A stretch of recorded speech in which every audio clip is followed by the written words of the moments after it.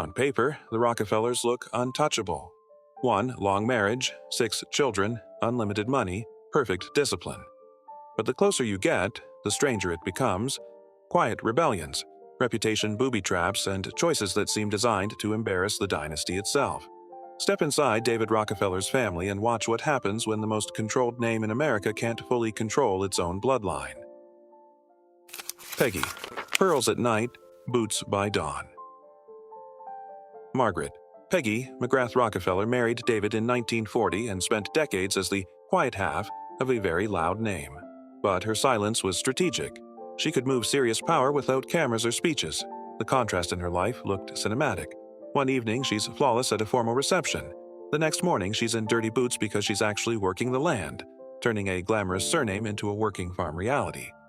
Peggy didn't just support conservation, she helped build the machinery for it, backing efforts that protected coastlines and farmland while everyone else talked markets and politics.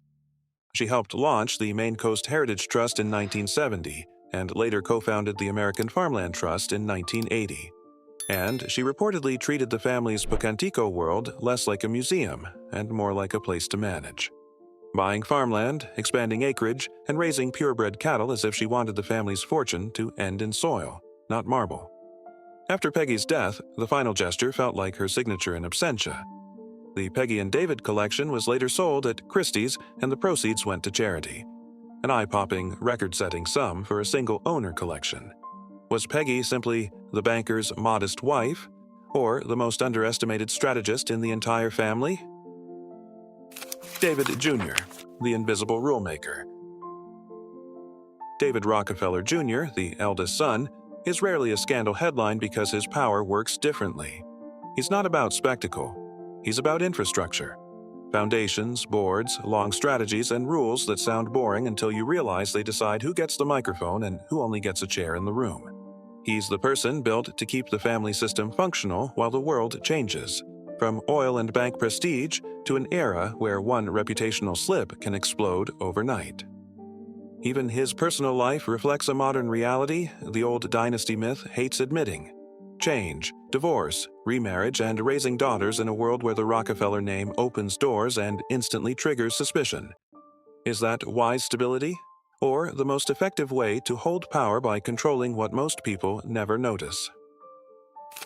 Abby, the heir who scared her own surname. Abby Rockefeller is the character who breaks the glossy myth of proper heirs. In her younger years, she moved toward left-wing politics, studied Marxism, and openly admired Fidel Castro's policies. For a banker's daughter, that wasn't a phase. It was a direct challenge to the family's entire worldview.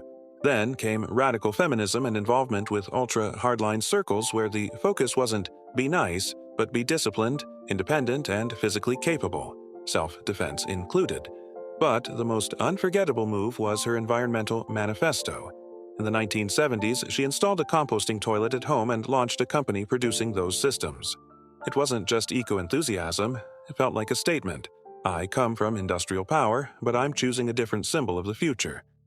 And later, the Rockefeller name took a reputational punch from a single detail. In 2020, Abby's name briefly appeared among signers of a petition connected to NXIVM and Keith Raniere. The signature was later withdrawn, with the situation framed as her not understanding what she had signed. In a family where image is currency, one line on paper can do more damage than $1 million donation. Is Abby the family's true internal revolution, or proof that even a Rockefeller can be dangerously naive? Neva, the economist who planted a time bomb. Neva Rockefeller Goodwin chose one of the most dangerous paths for a dynasty. Not glitter, not scandal, but ideas. She rejected the classic story where growth matters more than consequences and nature is just background scenery. Her work in contextual economics pushed a simple threat. Economics should include ecology, inequality, and real limits, not just clean equations. Her life wasn't a society postcard either. Marriages, an intellectual circle, a life closer to academia and public work than a bank tower. But the key point is her family line. Neva's son is David Kaiser, the person who would later do what once seemed impossible, Through this branch, Rockefellers would publicly go after a symbol of their own oil-era inheritance. Peggy Dulany. Influence without fingerprints. Peggy Dulany understood something simple. In the 21st century, money often works best when you can't see it. She built Synergos, an organization designed to pull together people who normally don't speak the same language: local activists, business leaders, donors, officials. It's diplomacy without flags. It can sound boring until you realize it changes reality quietly through negotiations, trust, and the right people in the right room. Later, she helped build an international circle of major philanthropists, not as a vanity club, but as a tool of influence. In this family story, it's a key line: not rebellion, not tragedy, but strategy. Richard, Fog, Flight, Friday the 13th. Richard Gilder. Rockefeller looked like the one who could humanize the dynasty. A physician, a service-minded life, not a status-obsessed heir, and his fate became the hardest blow to the myth of invulnerability.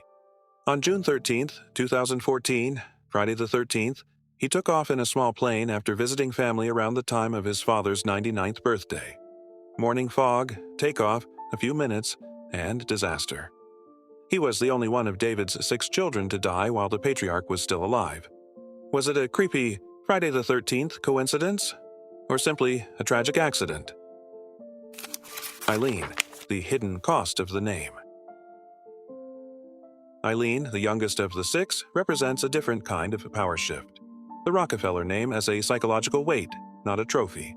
She turned toward health, the mind, and education, building projects meant to repair lives, not just decorate reports. It was a reprogramming attempt. Influence measured not by balance sheets, but by how people learn, cope, and survive stress. And through these non-bank directions, the family learned how to look modern. When the world starts distrusting old money, education and health become not just charity, but legitimacy. Kaiser versus Exxon. The Dynasty on trial. Here's the climax that makes the whole family story feel like a thriller. David Kaiser, Neva's son, David Rockefeller's grandson, did the nearly unthinkable. People connected to the Rockefeller world publicly went after ExxonMobil, a company widely seen as an heir to the oil era that created the Rockefeller legend in the first place. The symbolism was brutal. Descendants of an oil-built dynasty accused a modern oil giant of moral and information warfare around climate, and demanded accountability. It didn't look like a normal political stance. It looked like a family rupture with its own origin story. Children and grandchildren putting the dynasty itself on trial. If legacy is supposed to be inherited, what happens when the heirs decide to prosecute it instead?